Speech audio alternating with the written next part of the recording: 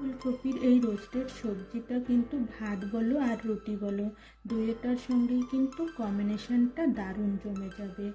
ডাল বানালে খালি এই রোস্টেড সবজিটা বানালে খাওয়াটা কিন্তু ভীষণ ভালো হবে, আর রুটির সঙ্গে তো মজাই এসে যাবে। তো আমি ফুলকপিটাকে প্রথমে ছোট ছোট করে কেটে নিয়েছি, ওটাকে ভালো করে ধুয়ে এই যে ফ্রাই করে নিলাম লাল লাল করে। এখন আলুটাকেও খুব ছোট ছোট শেপে কাট করে নিয়েছিলাম, ওটাকেও তেলে ভালো করে ভেজে নিলাম। এখন আমি তেলের উপরে জিরা ফোড়ন দিয়ে পেঁয়াজটাকে এক বাটি পেঁয়াজ কুচি দিয়েছিলাম, ওটাকে লাল লাল করে ভেজে নিলাম। তারপরে দিয়ে দিলাম টমেটো কুচি।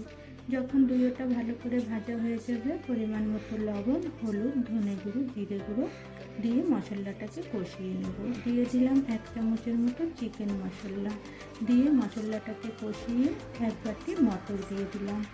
এখন এর যে বাজারে ফ্রেশ মটর সেটাই দিয়ে দিলাম, দিয়ে ভালো করে একটু কষিয়ে নিলাম। তারপরে কি যে ভাজা সবজিটা ছিল সেটা অ্যাড করে দিলাম, ঢেকে ঢেকে এটাকে কুক করে নেব।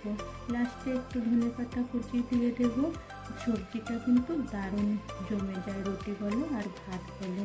আমার দেওরের কিন্তু এরকম সবজি, আমি যখন বিয়ে হয়ে আসি আমি এরকম সবজি বানাতে জানতাম না।